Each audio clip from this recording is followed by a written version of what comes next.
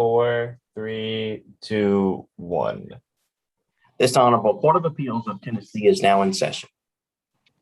Good morning and welcome to the Tennessee Court of Appeals. We appreciate each of you and your clients agreeing to participate in this oral argument via Zoom. We think it's the safest way to conduct oral arguments at this point in time. I will remind each of you, you're both experienced practitioners, that we will conduct ourselves as if we were in the courtroom at all times today. The same rules and procedures will be utilized by the court. Before we get started, I want to introduce your panel for today. The panel will be Judge Arnold Golden from Memphis, Judge Kenny Armstrong from Memphis, and I'm Steve Stafford from Dyersburg. Each side will receive 15 minutes to make its oral argument. If you are the appellant and you reserve rebuttal time with Mr. Hivner previously, you'll receive that rebuttal time. And obviously the appellee gets no rebuttal time. Ms. Hivner, anything we need to take before you call the case? No, Your Honor. All right, you may call the case, please. Larry E. Parrish, PC versus Nancy J. Strong. And we'll hear from the appellant. Thank you, Your Honor. This is Larry Parrish. I'm from the Memphis Bar, and that will be arguing for the appellant in this case. This is a really simple case, to be honest about it. It's merely, what does the mandate of this court give the trial court authority or even jurisdiction to do? And there were two things that were mandated by the remand, and one of those had to do with piercing the corporate veil. That's not an issue at this point. The trial court has done nothing in that respect. The other was to dissolve an injunction. There was no objection to the dissolving of the injunction. That's clear, nothing ambiguous about it. It's straightforward, and it's said in a few words, period and paragraph: dissolve the injunction. While there's no objection to that, is simply to be clear about it, is there was no injunction in the first place. The injunction, as said by the Court of Appeals and repeated, was to become effective upon the posting of a bond. No bond was ever posted. So what was entered to be an injunction, or an order that was entered to be an injunction, was never an injunction anyway. And the very order that referred to the injunction and made the stipulation that there had to be a bond posted for the injunction to be in place, and other ordering paragraphs in that same order said that the court was holding the subject money, the race, by virtue of in custodia legis, and made the counsel for Ms. Strong at the time the trustee of the court to hold for the court the race, which was in custodia legis. The doctrine of in custodia legis is long in force in Tennessee. And so the issue is the trial court, using that mandate, did more than the mandate gave the trial court jurisdiction to do. The trial court's jurisdiction ended after the resolution of a motion to alter or amend and the final judgment of the trial court on November 14, 2017. After that time, the trial court, the Court of Appeals, had 100% jurisdiction over the case. The Court of Appeals resolved it and remanded it, and the extent of the jurisdiction of the trial court was what was remanded, what was mandated by the Court of Appeals. Now, Let me ask you a question, Mr. Parrish.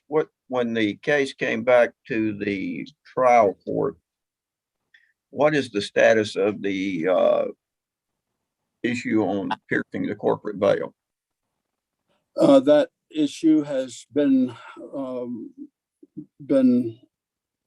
crystallized in a motion, and it's been postponed. The resolution of it has been postponed. Even last week, it was postponed again, awaiting the outcome of this case and the case that's to follow, the mandamus case. And it was agreed by the parties and the court that it should be postponed. So it's there to be resolved. It's teed up, if you will, but it has not been resolved. Is there also an attorney fee issue outstanding? If so, it hasn't crystallized. I'm not evading the question. I just don't have a recall right now that I can answer you with definiteness in that question, in that regard. Well, I'm trying to ascertain if there is a final judgment resulting from the mandate from the Court of Appeals. Court of Appeals said essentially that, as I understand, in the December 2018 judgment, Court of Appeals said essentially it affirmed in part, it reversed in part, and said that there is an issue remaining in this case regarding a request to pierce the corporate veil. I also understand there may be an attorney fee issue floating around out there somewhere. I could be incorrect in that. So that's been mandated to the trial court. But how does this all work together as far as having a final judgment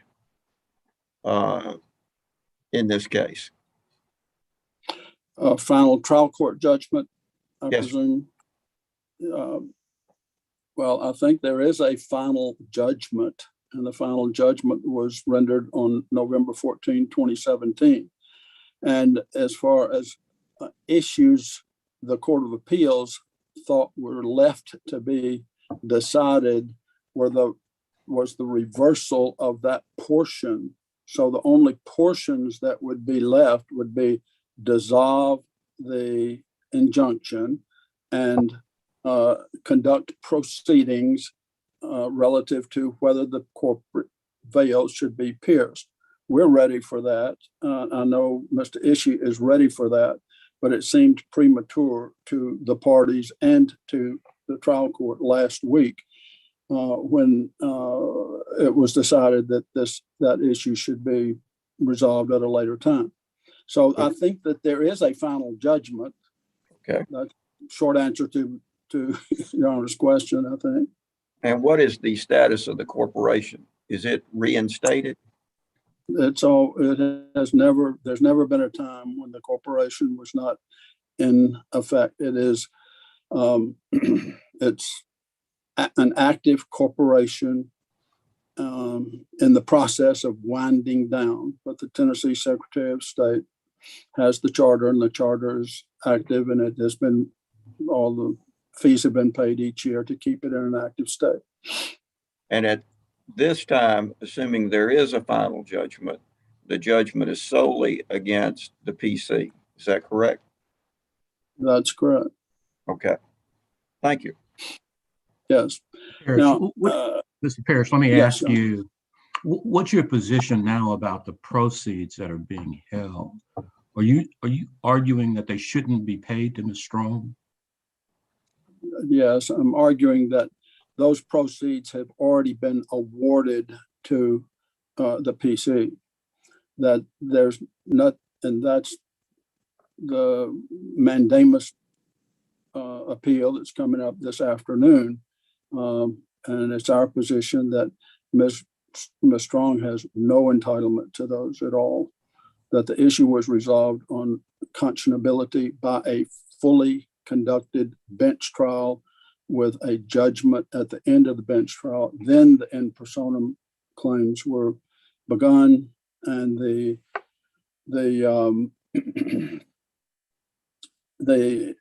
order, the final judgment actually specifies the amount, this amount for that, and this amount for that, and this amount for another thing, which does not include, it explicitly excludes the amount of the race money.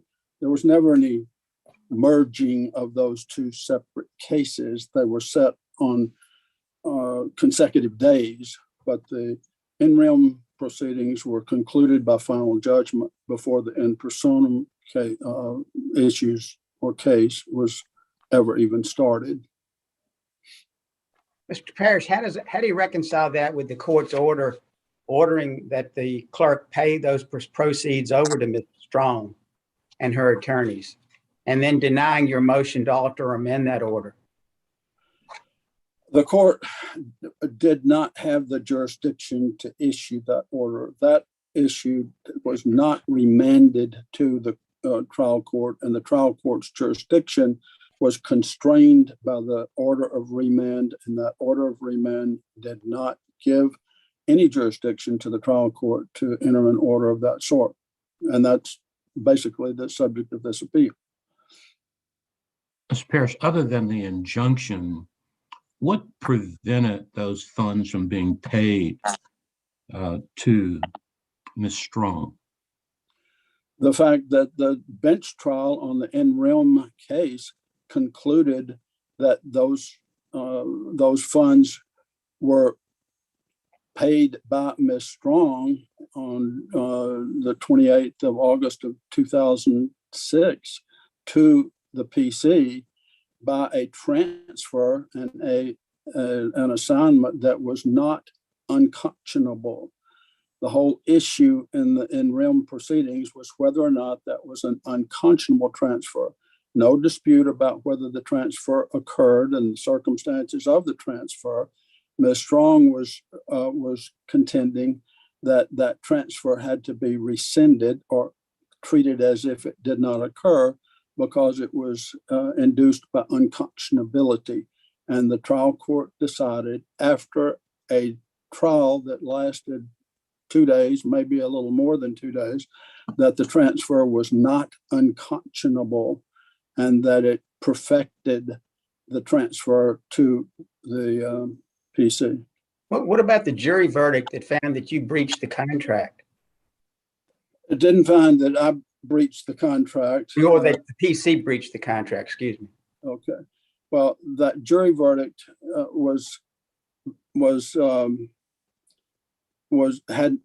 was no allegation, there was no pleading against the PC, period, none at all, ever, that the PC owed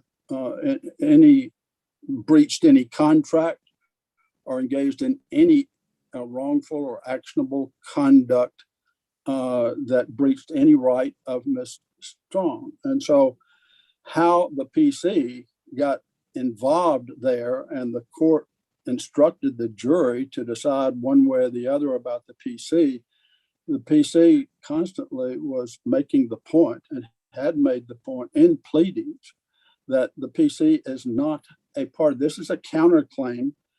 The PC filed its lawsuit. There was a counterclaim, and the counterclaim never made any allegation against the PC at all. There were 2 amendments to that complaint. And though it was said in pleadings in the possession of the court that the PC was not named as a party directly, indirectly, or otherwise, there was never any motion to that there was a misnomer and that what was meant was to be claims against the PC, although the PC is not named at all ever in the counterclaim. That jury verdict was never on that issue of your breach of the contract was never appealed. Oh, yes. Yes, it was. It was appealed in this way. And the authorities are cited. The PC appealed as a party who was adversely affected by a judgment of the court where the PC was not a party at all. So it's in that capacity that the appeal was initiated. It was not an appeal by a party. And that is an appropriate appeal according to the authorities in Tennessee. And so yes, Your Honor, there was an appeal of that verdict. All right, thank you. Yes, Your Honor. All right, we will hear from the appellee.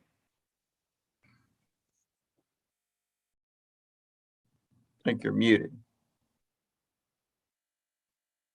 Good morning, Your Honors. Thank you. I'm Timothy Ishii of the Davidson County Bar, representing the appellee Nancy Strong.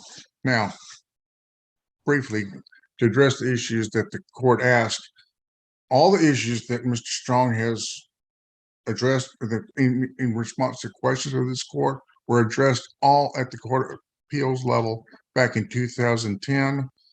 Mr. Parrish asserted that this was purely an in-rem thing and this action, and that Ms. Strong had no right as a party, but she had submitted herself to the court, and this court found, middle section found, that she subjected herself to the in personam jurisdiction of the matter, and found that she was now a proper party, and this was on an offsetting summary judgment motion, and remanded the matter back for trial on the merits, which was conducted in 2004. And in response to Judge Golden, the matter that was there was and you're correct, we put it in the technical record. The jury verdict found that there was a valid contract, that the PC violated the contract by materially breaching it, and did so fraudulently, intentionally, recklessly, and maliciously, and therefore was properly found to be awarded punitive damages in the matter. All these findings were reduced to a final order by the trial court. The compensatory damages were computed, and it's encapsulated in the 2014 order of the trial court, according to the shows in action contract, which was drafted and insisted upon being executed by Ms. Strong in 2006. Now, it's important to know, well, first off, I'd like to thank this court for expeditiously filing or scheduling this oral argument. We filed that motion back in end of August. We're here on 2000 and on the 14th. Thank you. Further, normally before this court, I try to be circumspect and kind of cool professionally, but due to the extreme length of this litigation, some of the litigation tactics that were perpetrated on my client, I'm going to be more strident than normal. And finally, any comments I make about the PC and Mr. Parrish are purely professional. I like Mr. Parrish. He's been easy to deal with and amicable and professional in his conduct towards me. Please, the court, this is purported to be a Rule 3 appeal of right from the trial court of Lincoln County Chancery Court, the Honorable J.B. Cox presiding.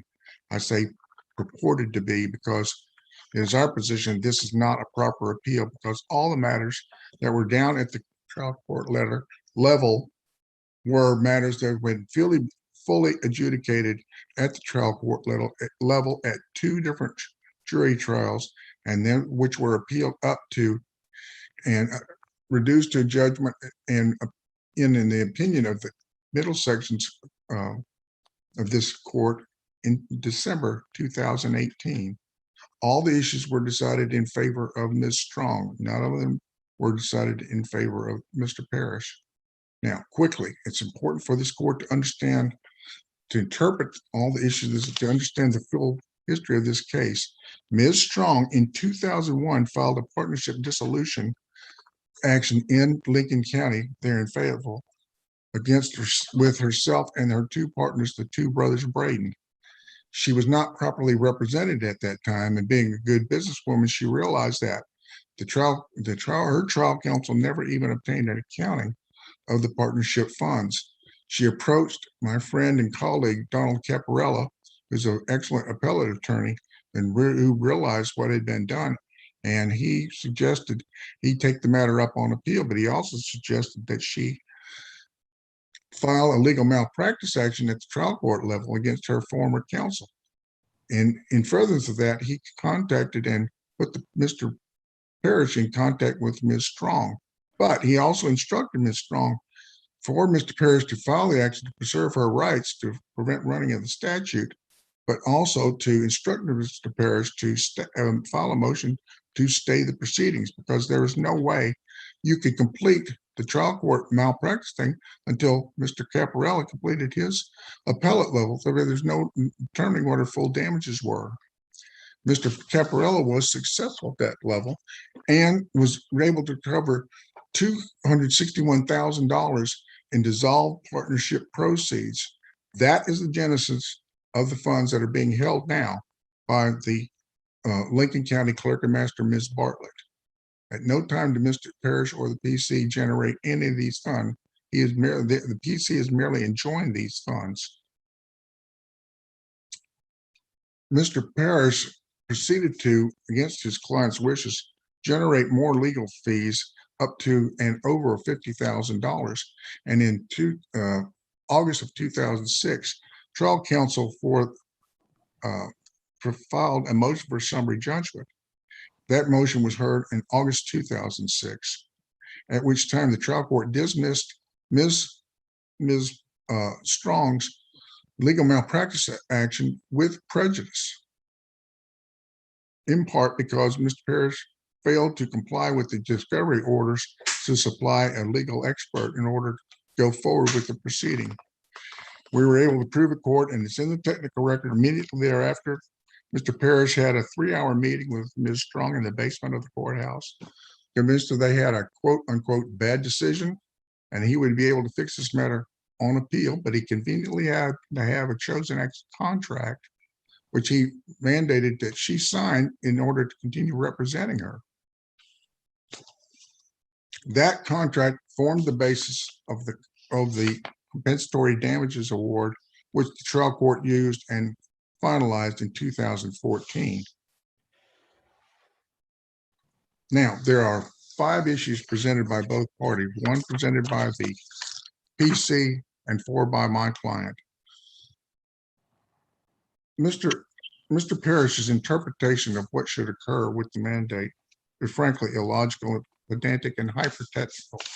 His argument is that, and he just stated it, that the mandate merely ordered the dissolution of the injunction, but nothing further. This is a logical absurdity. Why dissolve an injunction and disperse funds to no one? These funds had already been awarded to Ms. Strong of her own money, which had merely been enjoined by the PC. And it was affirmed at this level and was sent back down for implementation of that. Mr. Itchie, let me ask you, is there, as Mr. Parrish argued, is there a final decision someplace that says that these proceeds belong to the PC? No. Is there such a case somewhere? No. All Okay. those issues were resolved in favor of Ms. Strong at the trial level and affirmed at the appellate level. What's your understanding of why the trial court on the motion to alter or amend refused to order the disbursement? Well, that's why we think that's clear reversible error. We don't understand. We have tried over years to get this money dispersed. We pointed out to the court that there's no injunction bond, which was required by the order that the court itself drafted and is required by statute in Tennessee case law going back to 1840. When we brought that matter before the court, the judge said, well, I'm not going to release the funds. This will fine, judge. Then required the PC to file the injunction bond. He did not do that either. The PC filed. Well, didn't the judge previously enter an order on May 28th of 20 dispersing the funds to your client? Yes, he did. But then he allowed. And then Mr. Parrish filed a motion to alter or amend, and his motion was denied. Exactly. And we put that. How were the funds? It seems to me there's already an order in effect. There is, but he will not disperse the funds. That's why we're asking one of our issues for this court to detail exactly what should occur at the trial court level after the rendering of this opinion. We don't understand, Your Honor. The judge will not disperse the funds. What did the judge state as his reasoning for changing his opinion about whether or not the funds should be dispersed. Because as I understand it, the only thing that stopped the disbursement was the injunction. But now that that's been dissolved, there's nothing stopping the disbursement. Exactly. This is my You- frustration. And I think I put that in my appellate brief, the transcript of what occurred in the July 2020 motion to alter amend hearing, at the conclusion of which the judge, after he found that he denied the PC's motion to alter amend, I asked, well, then can we disperse the funds? The judge said no. I said, Judge, there's no injunction, correct? He agreed. There's no stay. They agreed with that. When I asked his rationale for it, he demurred and would not speak of it. So I don't understand. Well, was there anything significant about the order saying, well, not today, we're not going to disperse today? As Well, we opposed asked, to not going to disperse. well, that's what we don't understand. When will it be done? If the trial court allows the PC to keep filing motions to alter amend, this case will never end. Because we go back down from if this is remanded back, when this is remanded back down, the mandate details of dispersal of funds. If the trial court allows the PC to file yet another Rule 59 motion to alter amend, then we'll be back up here again sometime later. On this order, this matter is res judicata and final. And we have filed motions to strike both at the trial court level and at the appellate level. We filed a motion to strike last November and requesting or enforcement of the mandate.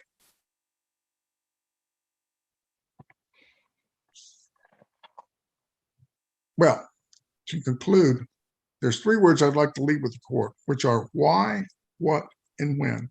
Why are we yet back before this court on matters that have already been adjudicated fully and the judge final at the appellate level and trial court level? Secondly, what? What have we not done in order to fully enforce my client's right under the judgments as they've been presented? And finally, when? When will this course of action be concluded? We need clear instructions from this court to the trial court, because as both the judges have provided, we can see no rationale for why the judge will not disperse these funds. These are dissolution of the partnership proceeds, which were Ms. Strong's, and have been judged hers by two different juries and this court. This concludes my argument. Do you have any questions from the court? I see none. Thank you. Thank you. All right, we will hear from the appellee, or excuse me, the appellant in rebuttal. Yes, Your Honor. I think I'll start at the last of the points that Mr. Issue was making. When will this ever end? Both of us have agreed that this needs to be to an end. And it is very, very simple. LEP PC has never been a party to anything except the in-rem bench trial. LEP PC did not appear at that second jury trial and filed a long reason as to why not. There's just no jurisdiction, period. I'll refer to the cases that we have cited, in particular, the case of Fidelity Phoenix, which is on our reply brief on page 7. And it quotes from the case of Thompson versus Keck. And these are cases where there were no claims made against a person, yet a judgment was entered against a person who was unsued. And in both cases, the Supreme Court says, mere comparison of the decree with the pleadings of itself demonstrates that the judgment was quorum non judice. And it's repeated, and they cite the Carpenter case, they cite the Randolph case and the Easley case, all Tennessee Supreme Court cases. You look at the counterclaim and you look at the judgment, and they do not match. That is constitutionally required. The judgment is void ab initio. It is quorum non juris. It has no effect on anything. And so that ruling has never been made. Nobody, no court has ever made that. The trial judge said, there's a very serious question of jurisdiction here, but I am not going to resolve that. I'm going to leave that to the appellate courts. That was not addressed at the appellate court. The reality is, look at the pleading, look at the judgment, and they do not match. And that ends it all. That ends everything.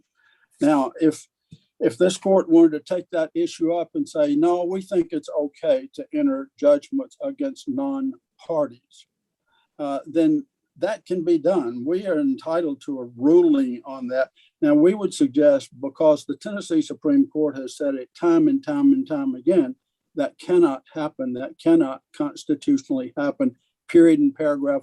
All other things to the contrary notwithstanding. Who were the parties to the jury trial, Mr. Parrish? I'm not, what parties? The jury didn't. Who were the parties? Who were the parties in the lawsuit before the jury? Not let PC. Well, who were?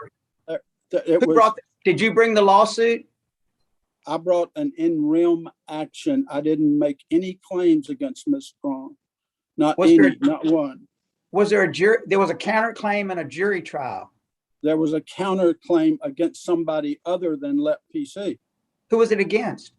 It was against Larry E. Parrish, and Larry E. Parrish, by everybody admits, was never a party, never made any appearance at all, period. I mean, the record is 100% clear here, and it is shocking, I will admit, but it is what it is. Now, there was never any injunction. The doctrine of in custodia legis cannot be just set aside like it didn't happen. Those funds were not held by injunction. There was no injunction in place to hold those funds. And on repeated occasions, the trial court said, these funds are held in custodia legis. Did you file for an injunction, but just didn't put up the injunction bond? Did PC file for an injunction? I am not certain about that, because the Caparella firm had the money, and the Caparella firm wanted an injunction to protect itself against a claim from Ms. Strong that they were to disperse the money from there. It was all, but in that same order, the judge said, they interpleaded the funds. They interpleaded the funds. Wasn't it your PC that sought the injunction from the disbursement of those funds? I would say no to that question. I never sought an injunction. The PC did not have need for an injunction. The PC was, the Caparella firm wanted an injunction. The PC said they're held by in custodia legis. Rule 65 has no application to this case. And that's before any counterclaim. I don't have any further questions. I have one, Mr. Parrish. You said earlier in your argument that there's a decision that says that these proceeds belong to the PC. Is that decision a part of the record in this case? Is there an order that says that? There is a rendered judgment. Is there a written order that says that? It's, well, an entered order. Is there an entered order? There's not an entered order. There's a rendered judgment, and those are two different things. And there is a judgment, Your Honor. There is a final. Is that rendered judgment in the record of this case, such that we can review it, Mr. Parrish? I don't think it is. It's in the record in the mandamus case, which is scheduled to be heard by Your Honors this afternoon. And but I don't think it was put into this case. It was it seemed unnecessary for this case. This case is about a remand and You've answered his question, Mr. okay, Parrish. I understand, Your Honor. I don't want to go beyond my Anything else, lot. gentlemen? Question. All right. Thank you for your Thank you, Your argument. Honor. We Thank will you. attempt to render an opinion in this matter at its earliest convenience, or earliest opportunity, rather. And we appreciate your participating via Zoom. Thank Ms. you, Judge. Taylor, you would recess court to the call of the next case.